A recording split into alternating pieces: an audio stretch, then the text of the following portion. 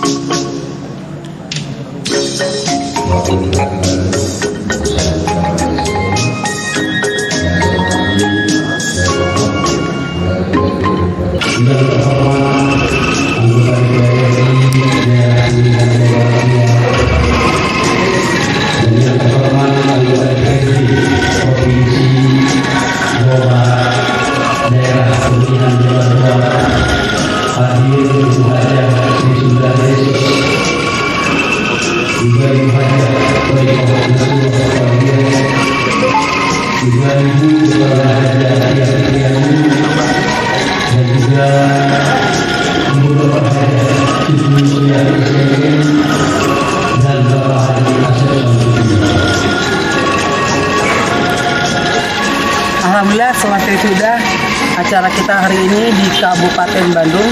Tadi sudah bersantap siang bersama, sekarang saya akan berkegiatan dengan kegiatan lainnya. Sampai ketemu di lain waktu. Wassalamualaikum warahmatullahi wabarakatuh.